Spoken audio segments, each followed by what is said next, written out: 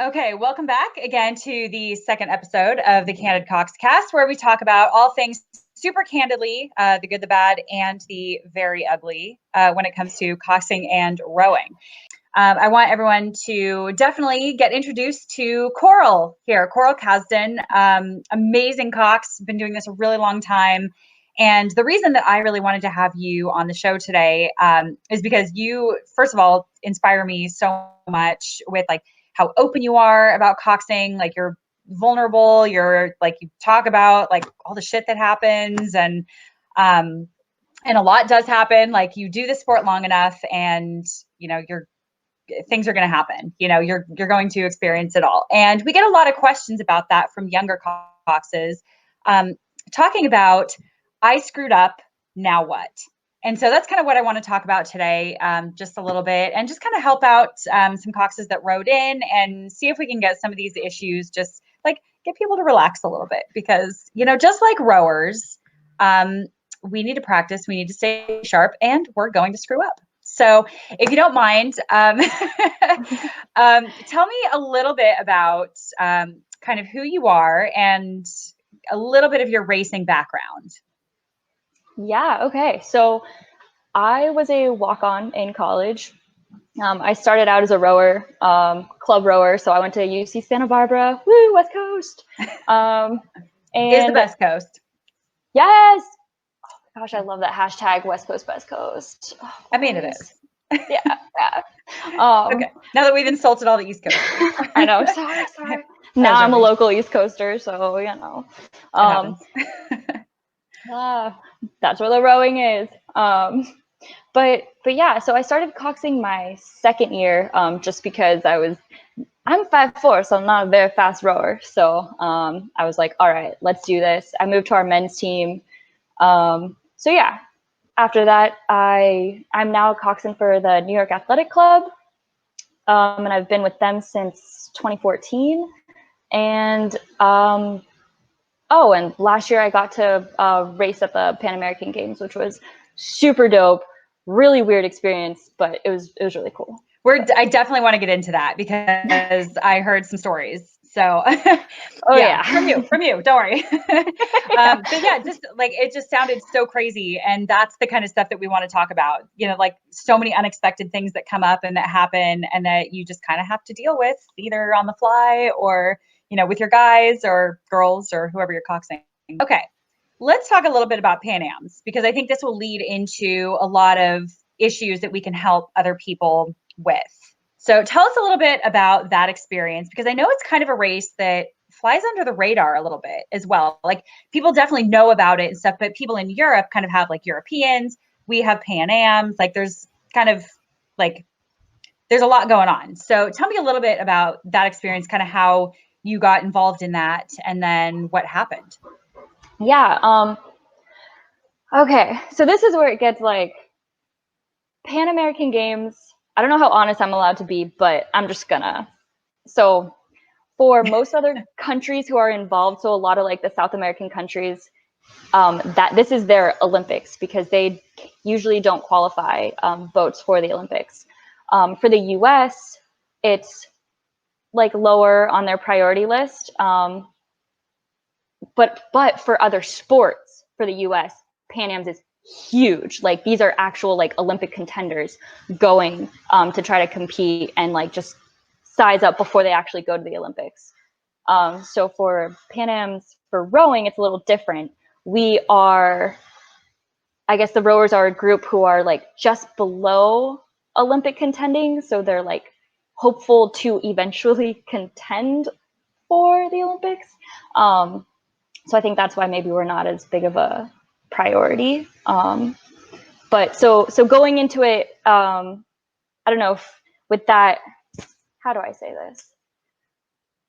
Sorry, I'm like talking through this. No, it's good. I mean, that's what we do. It's kind of, yeah, I mean, you kind of have to like mentally prepare for that kind of race too. Like, maybe you did, I don't want to put words in your mouth, but maybe it's that like, it's not the Olympics, but it's still important, but it's sort of this in-between race. Right. Like, no, totally. And like, so I'm a club coxswain. So to me, this is freaking huge. So I'm like super stoked. Like, I don't care where the US flag is. The fact that it was like on my uni somewhere, I'm like, this is unreal. But I feel kind of lame thinking like being so hyped about it, because I know other people are more like, well, it's just the PanAm Games, whatever. So I'm hyped, but it's not the biggest deal for US rowing, I should say.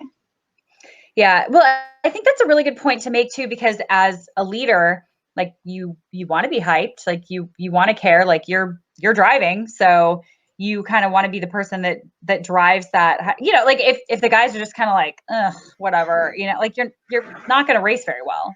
So you want to care, but you also have to sort of manage that. I hate to even say this.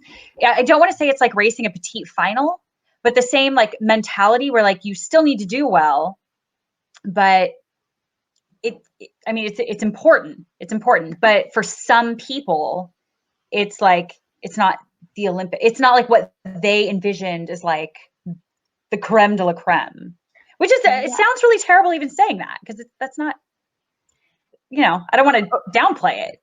Right. I think what it was like for the people that were in the boat, especially like the guys that have never, and like me who have never been on a national team or done anything like that, it was a big deal. But for maybe outsiders, it was more like, well, you're not really Team USA, so it's trying to balance like what we personally thought of the experience and versus what like the feedback we were getting from outside, and it was like a little discouraging.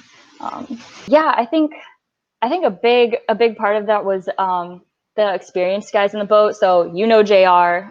Jason Reed. So he was the stroke, and so he had been to the Olympics and just won a couple medals, no big deal. And but he also saw how this race was important, and whether he believed it or not, he made us believe that he believed that it was huge. And I think that helped, especially a lot of the younger guys, just like buy in, because we only had like 3 months to train together. So the only thing we could do to do well is just have everybody on the same page. Doesn't matter what rowing stroke we're doing, doesn't matter how we're training, y'all just have to buy into the same concept and do the same thing at this point. So I think he did an amazing job of facilitating that. I think where we got pushback was more when, so it was more like when we were there. No, okay, so it was like getting gear. So we didn't get gear on time, which was very stressful because you all have to wear the same thing, just like for racing standards. And when people were getting sick, which is another thing we can go into, but I want to hear all the details, everything, like this whole thing. Okay. Yeah, because it's crazy. It's crazy. And how you dealt with this. Yeah, so I feel like we didn't get that much support from US rowing and maybe some of the people who were people who could have filled in for us for if we ever had like a rower who was down. So basically what happened was neurovirus, which is in this enteric virus where you get it and things are coming out both ends for like 24 hours and you're just depleted of everything for like 3 days. It swept through the whole athlete village. So all other teams were getting it and our team got hit real hard. So half the guys in the 8 got it. 2 of them got it literally the day before the final. 2 are recovering, and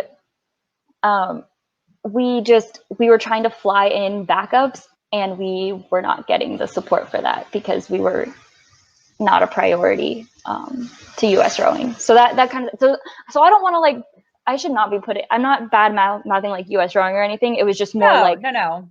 Their priorities, and we have very limited funds for US rowing in general, and they have to make sure that they prioritize where those go. And so flying someone down was, and having them like acclimate and everything, I feel like that was just, it wasn't a priority for them. So it sucked for us, but like we understood, so we made do with what we had. And how was that final?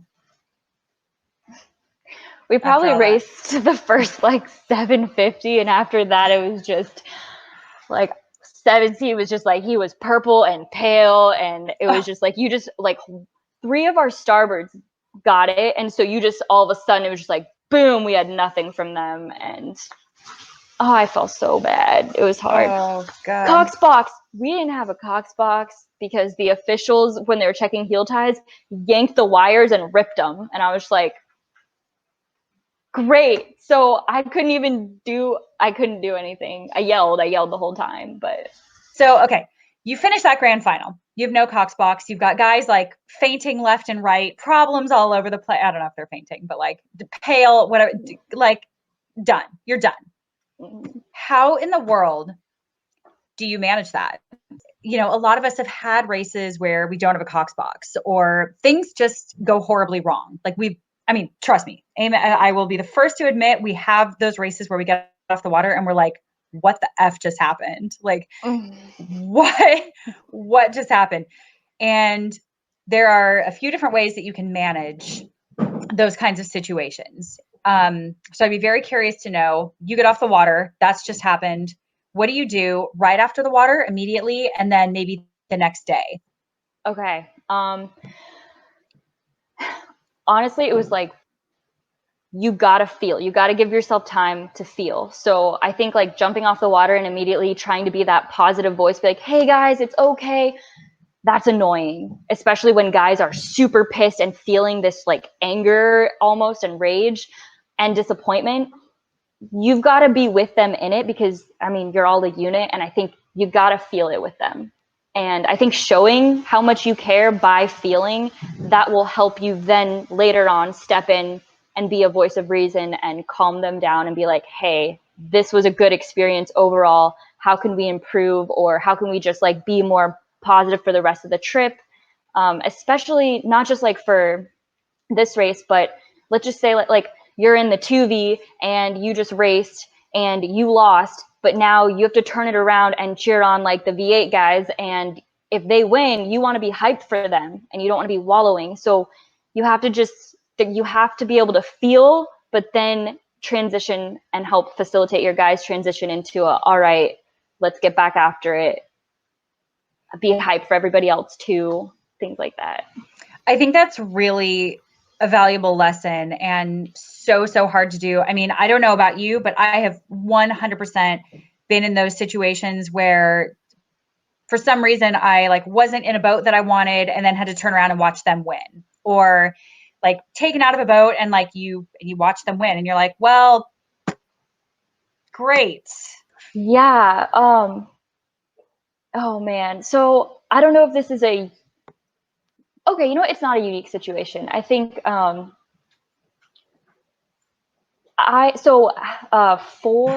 of the guys were NYC guys, so I knew them and I've raced with them before. So I had a connect, like they were my boys. Like I had this connection with them, and I think having that helped us all bring each other up, because now I'm pissed about the Cox box thing, or I'm bummed that I couldn't yell loud enough and like really just like keep them in it. I'm bummed from before. So like the whole training up until that, I was not myself and I hated myself for it. And I feel like I could have done such a better job to bring the best out of this boat, and I just didn't. But I had guys in there who were like, Coral, no, you weren't yourself. Like it did kind of suck, like not having like your hype energy in there and how you were just more like submissive. But because they knew me and we had that bond, I helped bring them up, but they also helped bring me up. And I think having that bond or developing that bond in any boat that you're in is so critical. And I think that's actually like we helped each other. I don't know. No, I think that was actually a really good segue.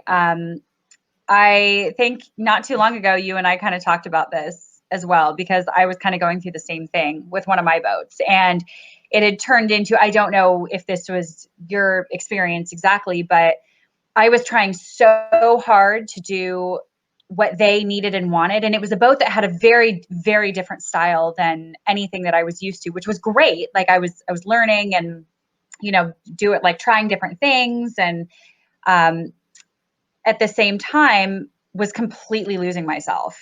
And it sort of downward spiraled in a way, like I noticed myself, like, I'm just not feeling this. Like, I feel like I'm spending so much of my energy trying to please them or, say things that, they want me to say, but it is, like, why am I not pushing back and saying like, no, like, this is like, that's my job. That is my job. And it happened so slowly that I didn't even see it until it was bad. That's it. I don't know. I mean, do you think those guys kind of helped you recognize that and sort of get back to yourself? Like, did you ever start feeling like yourself again after that? It was a very behind the scenes thing that I did too, where I just like, I went up to the like one of the rowers that all the guys respected and was kind of like calling a lot of the shots. And I was like, hey, I hear you. I hear what's going on. Like I see it too.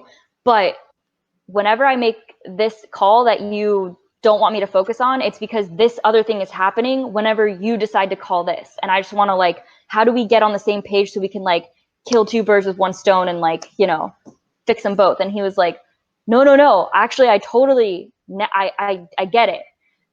So let's do this, and this. And I'll be like, okay, so I'll call it like this, and this is how it's going to be. And he's like, perfect. So it was more just like, not fighting him. I think what he thought was that if I would call something different, it was because I was ignoring him. But really it was like, that's great that, the rower's calling this, but there's a side effect that we also need to like look at. So I'm just letting you know, here are the two things. Now let's try to like work through it together. Anyways, so when we went out to like have like a little practice before the final, like it felt freaking amazing. Granted, we were only doing, like 15, 20 stroke bursts, but it was awesome. We were all finally on the same page. It was the best row we had had in 3 months. And that was probably like the fastest boat I've been in. Well, not really, but you know what I mean? It was fast. It was good. It was real good. A huge improvement. Yes. From what it's been. Yeah. Yeah. And that, sometimes you're like, I'll take it. Everyone's in a good mood. We're having a good row. We're on the same page. I'll take it. Mm-hmm. I'll take it. Yes. Yeah. I think what you did is really, really smart.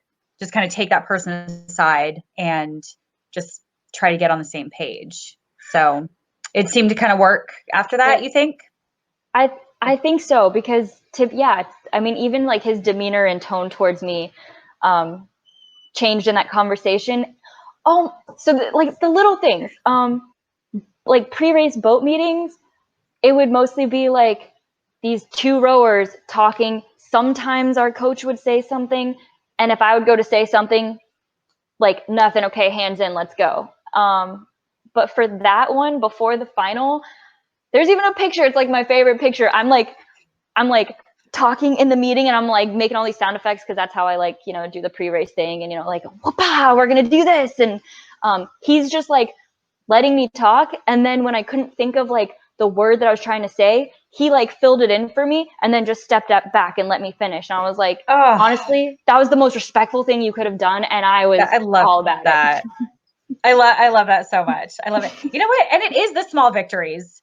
It is the small victories. I mean, in this boat that I was just telling you about, there was one guy, like we were doing like a warm up in the UK for one of our races, and this one guy was just like, awesome job, like that was really good. And I was like, yes, thank you, we're making progress, like I'm so glad. And I was like, made my whole weekend. I was like, I'll take it.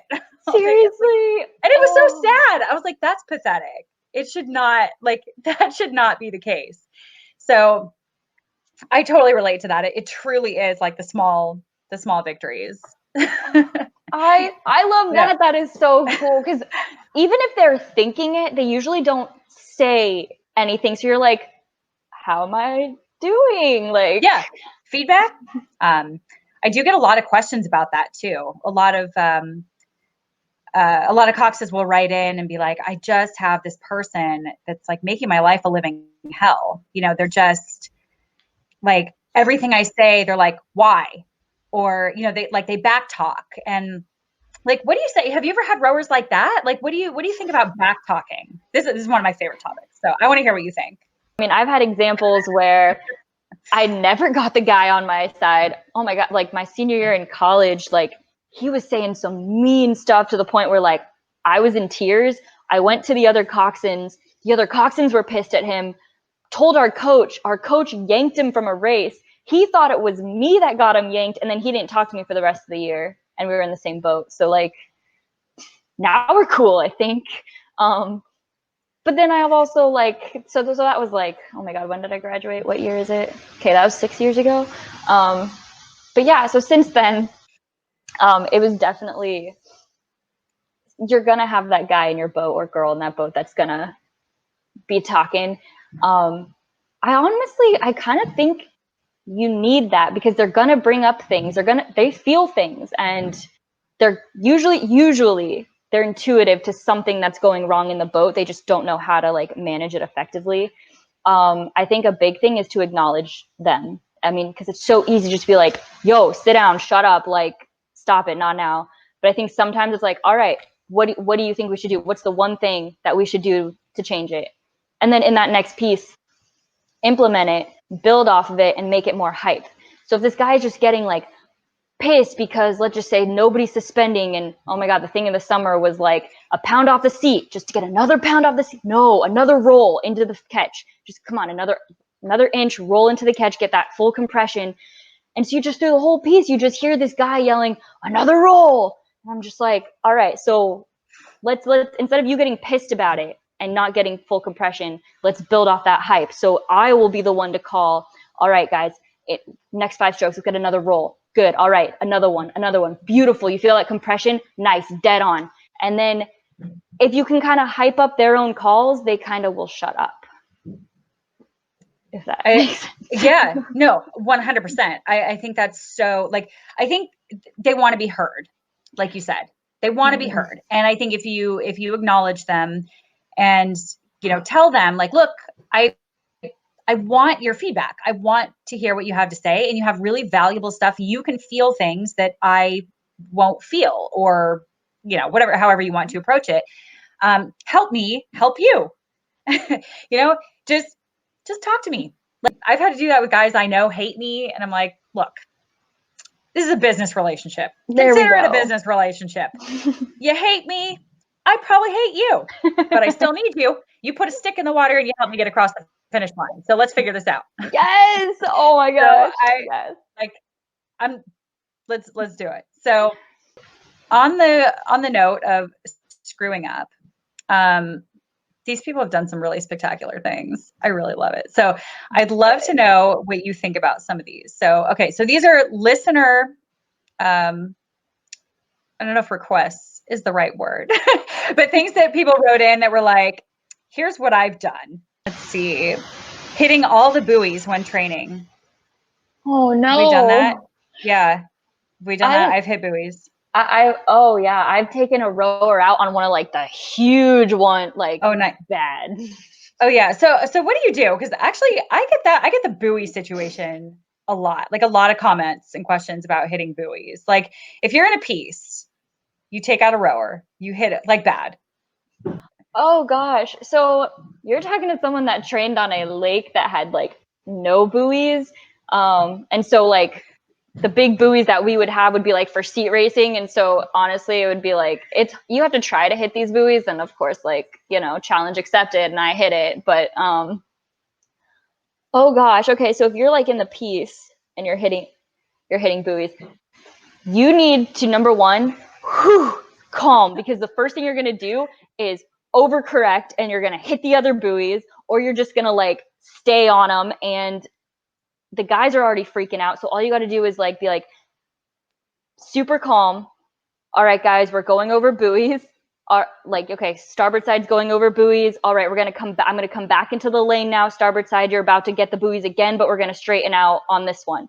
And if you just stay super calm and you pretend like you are totally in control, that'll keep the guys calm and the piece going. Because the whole point of the piece is to train and is to get them fit.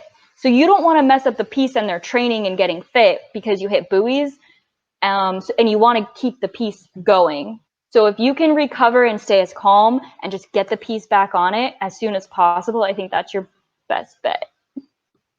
How about, okay, this one I think is really good because this comes up so often in head races. taking a longer course so they wouldn't be in dirty water from the boat in front of us. It's a tough one. Okay, so personally, if it was practice and training, I would try to go to clean water. If it was a race, I would change how we're rowing in order to row through the wake. And I would say, yeah, straightest course. That's really good. Yeah. What would you do? I think I'd do the same thing. Like, I would aggressively go for the better course and try to change the rowing. I think I'm with you on that one. Yeah. And that's tricky too, because sometimes also a boat doesn't yield or doesn't necessarily get out of the way. So, oh my God, I'm having like PTSD right now from so that is kind of one I think you also have to be safe about too. Like, even if you want to be aggressive, there is a point where you do have to make that split decision and just say, like, look, am I actually going to hurt us here? Because they're not moving, and they may get the penalty later, but maybe, like, you kind of have to hope. Yeah. So yeah, definitely a balance of like, if it's about the water in a wake, go for the straight shot. If it's about safety and you have no idea what that other coxswain is doing and you haven't communicated with them, then you're going to have to like veer off course and be safe. Don't just hit or anything. Yeah. I think that's smart. That's a good way to put it.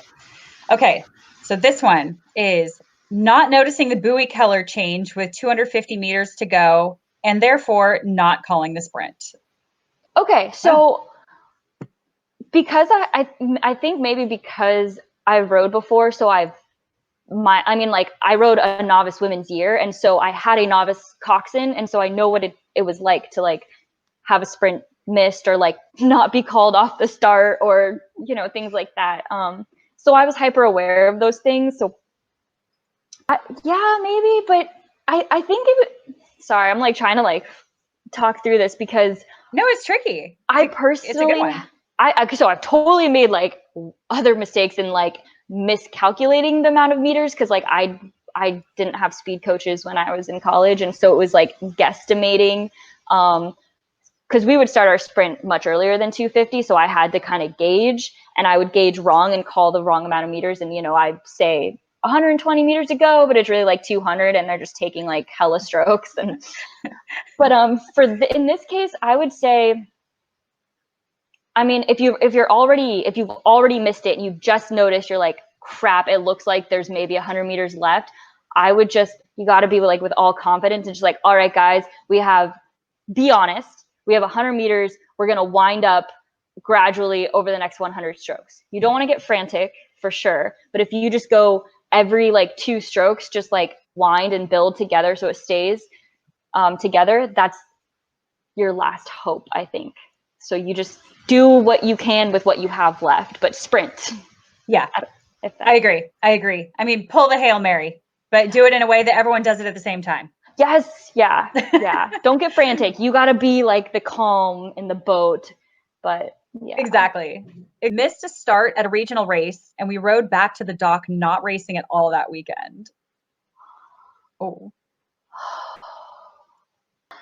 I didn't do that, but I've done that. And this was in, what year is it? Okay. That was in 2018. So I'm 26 years old racing at Canadian Henley in the senior 8. I've only raced it 3 other times before then, and we've won all those times. So I'm like, clearly I should know what I'm doing. They have weird weigh-in times. And so day of the final, we're racing Argentina because they freaking somehow flew to Canada for some reason, which was super dope. So we're racing the Argentinian national team. We were a second and a half off them in the heat. So we were like hyped for the final. 2 hours before the race, I go and weigh in, and I go into the room, and it's just like lights off. There's nobody in there. I was like, this is weird. So I find an official. I was like, hey, so I'm here for weigh-in. And they were like, oh, so the weigh-in window was this morning from like 9 to 11 a.m. And this was like at 2 p.m. And I was like, what? Like, oh, excuse me? And what does that mean for me? They were like, oh, that just means that like you're DQ'd and you can't race. What? Excuse me? So I'm like freaking, I just walk away and I freaking bawl. And I'm like, my coach finds me and is like, are you okay? Like, you're not nervous. And I was like, you have no idea what I just did. So he's freaking out and finding officials. My guys, oh my God, dude, they were so calm. They're like, Coral, you're fine. You're fine. We got this. They're going to let us in. Like, you are fine. We go and find all the other teams to try to like tell the officials, hey, like, we want them to race. We get the Argentinians, the whole team shows up and they're like, we want to race them. We came to like Canada so we can race like the fastest teams. We want to race you guys. And they still didn't let us race. And that was it. That was it. Our whole boat just didn't race. Oh my God. Oh, it was my so God. bad. And you know what? It's so easy to do that. Like they were like that in Europe. I had to learn how to do some of that in Europe because they do it differently than here. And like you weigh in with a life jacket. Oh yeah. I showed up Wait, to really? Oh yeah. Like I showed into weigh-ins like without a life jacket and they were like, where's your life jacket? And I was like, what? My what? Like that is not part of my uniform. I'm sorry. Look at this. This is not part of my uniform. I'm sorry. I had to learn all kinds of stuff. Like I didn't know, you know, like that kind of shit happens. And I mean, that's an amazing story. And I hope your guys were not like too hard on you for that. Cause Guys were, so I think that's where it goes into like, if anything as a coxswain, like besides like safety is your number one priority, it's like get that bond with the guys because I isolated myself. Like I went back to the hotel and I was just like, I'm just staying here. I'm not talking to anybody. And when we got back, two of the guys texted me like, yo, come to our room. Well, I was like, what? He's like, no, you cannot be alone right now. And I was like, all right. And then this other guy, Rich Rosin, was like, Coral, we're getting all you can eat ribs and you're coming. And I was like, okay. Oh my God, you need that so much. So you're like, I love all you can eat. I need. You're like, I need all you can eat ribs. Oh my God. I love that. I love that. So again, this is a reoccurring theme here. I think is creating that bond with your crew. Yeah. I mean, yeah. I think it really, that's the lesson here. Okay. So the last one is kind of funny. I'm almost kind of proud of this girl. Okay. Wait, let me find it. Where'd she go? Okay. Shagging the 7, 5, and 4 man.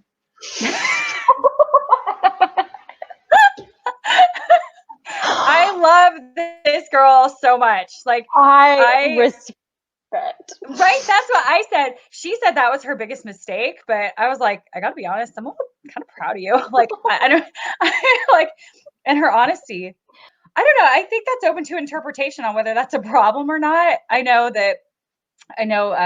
hooking up with guys in the boat or girls, if you're a guy coxswain with girls or however, whoever you're hooking up with, whatever it is, if you're hooking up with people in your boat, I know that can, if it's not the right person, can certainly cause issues within like the dynamic. Like if everyone knows, and do you think there's a loss of respect there? Like, what do you think about that? Like, what's your opinion on that? So, okay, you're talking to someone who I'm 27. I have never had my first time I had alcohol was last summer in Peru. So like the first time ever. Okay. I made that decision because after my novice year of rowing, when I was on the women's team, I moved to the men's team because it was more advanced. But at that moment, I was like, I was that young little novice, like, I want to go all the way and like, I want to go to the Olympics. And I watched this like Mary Whipple documentary when I was like 18 and I was like, that's so cool. So I was like, okay, I don't know how I am like drunk. I don't want to do anything stupid at rowing parties. What if I just don't drink? And that way I don't like hook up with anybody that I don't mean to. And that way, like if I make a good boat, it's because I got in because I was good. Also, I didn't want to like hook up and then have that like put me in a lower boat if I didn't deserve, if my skill level didn't match like my boat placement or whatever. However, I did for 4 years date the 7th seat of the V8. I started when I was a novice woman. We were never supposed to be in the same boat because he was older until my senior year when he had an extra year of eligibility, it turns out. So he stayed for his master's. V8 coxswain graduated. My boyfriend's still in. V8 coxswain seats open. There's 3 of us now going for this one spot. Eventually I did get it, but I think because of the way him and I worked the situation, it was I got in because I was chosen because I'd make the boat faster, not because I was dating the 7 seat. So I think that's a really good point too. I actually dated a rower that was on my team, also not in the same boat, and we dated for a really long time as well. And I ended up coxing him as well, and he would give me good feedback, and it kind of worked. You know, like we were kind of a good team, which I thought was really cool. And he was a very good stroke as well. So it was like, oh God, like now we're the cliche, you know, like, oh, stroke and coxswain, like, oh, whoop-de-doo. But most of the time we were not in the same boat. So like, I totally relate to like dating somebody that was like in the boat. Now this girl sounds like it's not kind of dating. So, like, so what do you think of that? Because I feel like we could go like, all right, if I was another coxswain and I'm not in that boat, maybe I'd be like, why are you in that boat? Or it would be detrimental. So now the guys are like, oh, wait, you did too? Okay, maybe we don't want her. Maybe this will cause drama. And now, even though she was like an amazing coxswain, she's not in the boat anymore. And that totally sucks because that would have been best for the whole crew. But I would never want to give them any sort of ammunition or any avenue to disrespect me in any way, or think of me, maybe not disrespect, but maybe think of me in a way that sort of doesn't have that coxswain mystique anymore. Mm-hmm. Like anything that kind of takes away from that. If your goal truly is to be winning top races with some of these guys, I think it is wise to kind of be careful. I have seen things go awry very quickly when coxswains hook up with either more than one guy in the boat or even multiple guys on the team. So it's just, like it's what kind of dynamic you're going for. And like, it sounds like you and I are on the same page with that. We're like, I want to be like, I'm just going to say it, like one of the boys, like, you know, like we're homies. But yes, you can't really be, I don't want to be sexualized by them, whether it happens naturally or not, but like, I don't want to be treated in a sexualized way. I want them to see me as like, yo, FTB for the boys. So yeah, it's not easy. It's like, it's not easy, but it's not like you're, you know, hooking up with the 3, 5, 5, 7. This girl for her. I know, like I'm laughing, but at the same time, I'm like, damn, like good for her.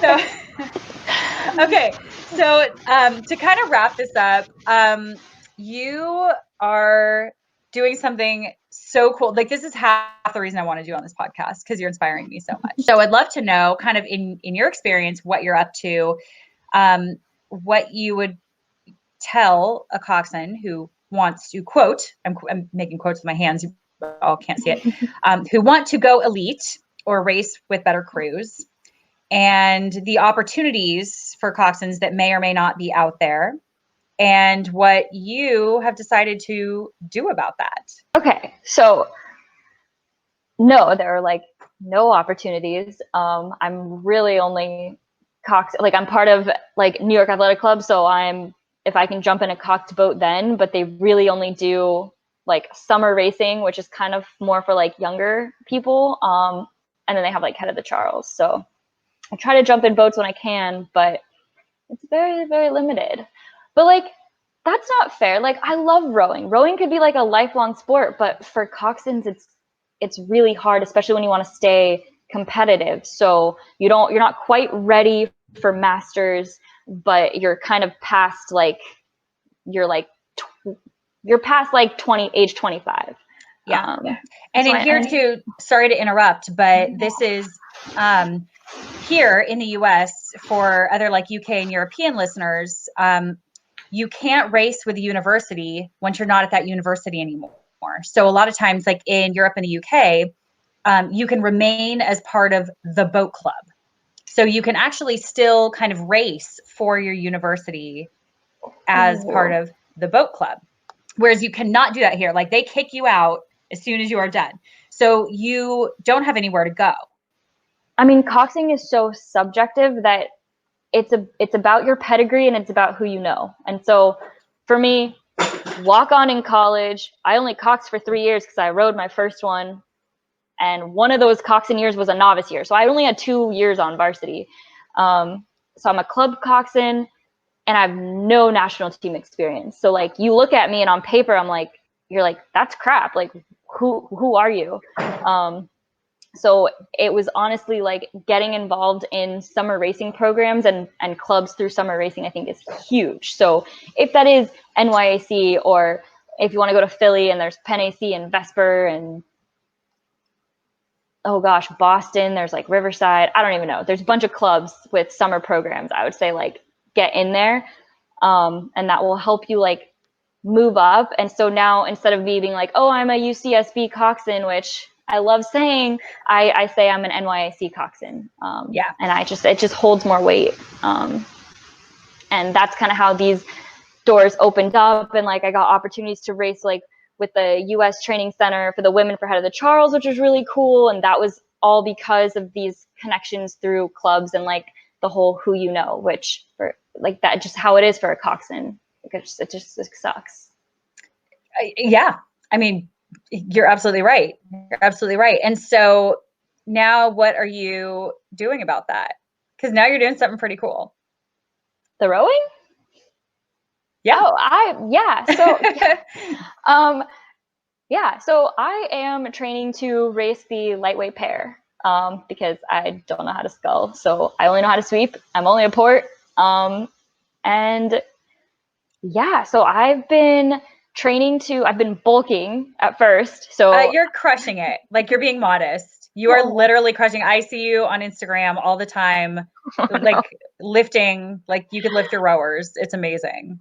Oh my gosh, I fell in love with lifting. Oh, it's a problem. You're crushing it and you look so good. It's ridiculous. Thanks. I put on 8 pounds. 8 pounds since PanAm's. It's amazing.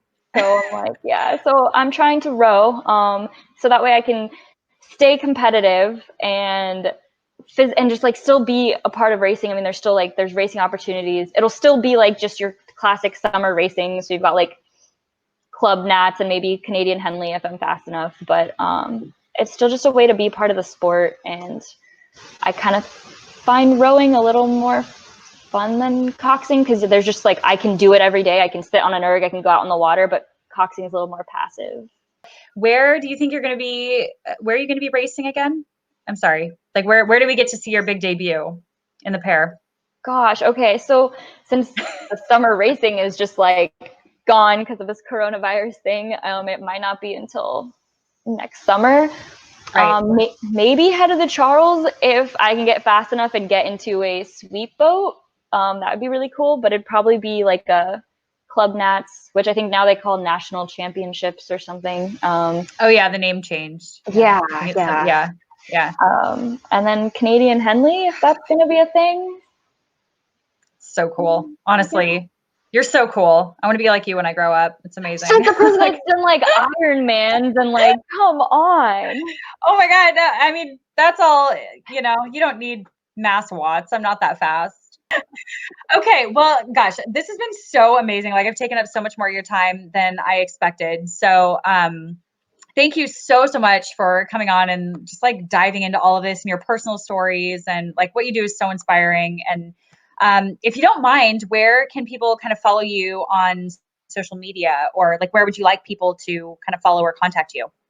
Yeah, Instagram. I think I'm at Coral Kaz, Kaz. I'm pretty sure. I think so. That sounds right. We'll put it in the show notes. Okay, cool. I'd be like, yeah, you could totally email me, but I feel like people don't really use email. So I'm like, all right, we're sliding into the DMs, I guess. Slide into the DMs. Yeah. I mean, you post really awesome stuff about weightlifting and nutrition, and like you've got some really cool stuff going on. So I definitely recommend that people give you a follow and just kind of check up on what you're doing, because it's really cool. So thank you again. Thank you. This was really fun. Yeah. Thanks so much. I really appreciate you reaching out. This is really cool. No problem. Maybe we should do a round 2 on dating. Maybe we should do like a dating show. Okay, I'd be down. That's my favorite topic. How to date is my favorite topic. Okay, so let's do it. But for now, we'll sign off. So everybody make sure to follow Coral. She's up to some really cool things. And of course, feel free to email me at thecandidcox@gmail.com or slide into my DMs as well. If you have questions, comments, topics, guests, recommendations, anything at all, feel free to get in touch. So that is the Candid Cox as well on Instagram. So thank you so much again, and we will talk to you guys next week. All right, sweet.